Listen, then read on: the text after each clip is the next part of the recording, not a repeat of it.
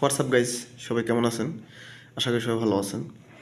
আজকে আমার মনটা বেশি একটা ভালো নেই, কারণ একটা নিউজ দেখলাম শরীয়তপুরের বন বিভাগে দুইটা মেয়েকে ধর্ষণ করা হয়েছে, তার 3জন মিলে। আর অনেক ছিল যাক তাদেরকে মারছে, সহ মারাও হয়েছে। ঠিক আছে, তাদের উপর নির্যাতন হয়েছে, দেন মারছেও। যাই হোক, কথা হচ্ছে যে এই ধর্ষণ তো এক সম্পূর্ণ করা সম্ভব না আমাদের দেশে। কবে সেটা কমের মধ্যে আসবে আমার জানা নাই।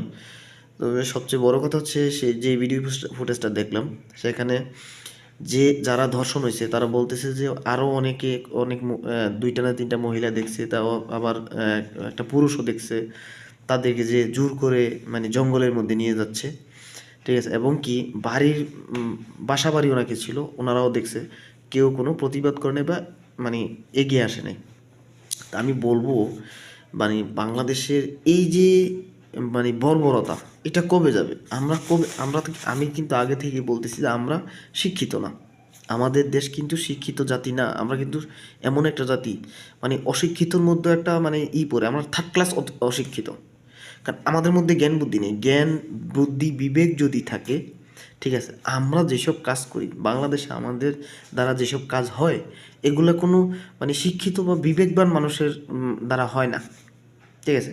আর আমি আরেকটা কথা বলবো যে এই যারা এই ধর্ষণের মধ্যে জড়িত আছেন, তাদের সর্বোচ্চ শাস্তি না, সেটা ভুল হবে, ক্রস ফায়ার নাইলে ফাঁসি, কোনো কথা নাই, এর মধ্যে কোনো কথা নাই।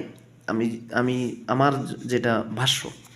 আরেকটা কথা, যে সাংবাদিক, আমাদের যে পত্রপত্রিকা, তারপরে নিউজ চ্যানেলগুলা, এরা দেখি মাঝে মধ্যে পায় না, নিউজ খুঁজে পায় না। ঠিক আছে, আমি এই ফেসবুকের ভিডিও ফুটেজটা দেখে সত্যি আমি মিডিয়া দেখলাম, দেন পত্রিকায় দেখলাম, কোনো পত্রিকায় আসে না যে শরীয়তপুরের একটা ধর্ষণ হয়েছে। এই ভাই, পত্রিকা যারা বর্তমানে সাংবাদিক আছো, সাংবাদিক নামের সাংঘাতিক, তোরা বেটা ওই লায়লা মামুনের, তারপরে হিরো আলম, তারপরে জান্নাত তোহা, এরপরে অমুক তুমুক, বিভিন্ন টিকটকার ফিকটকার নিউজ দি খালি ডেলি করস, এগুলো পাস না? যেই জিনিসগুলো দেখলে আমরা জানবো দেশের কী অবস্থা, দেশের মানুষের কী অবস্থা, যে নিউজগুলো করলে আমরা কিছু শিখবো। ঠিক আছে, হ্যাঁ, দেশের খবরগুলোই আমরা নিউজে পাই না, পত্রিকায় পাই না, এগুলো কি ভাই?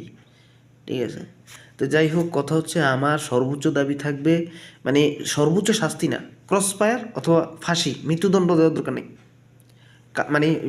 না, রায় না, ডাইরেক্ট কার্য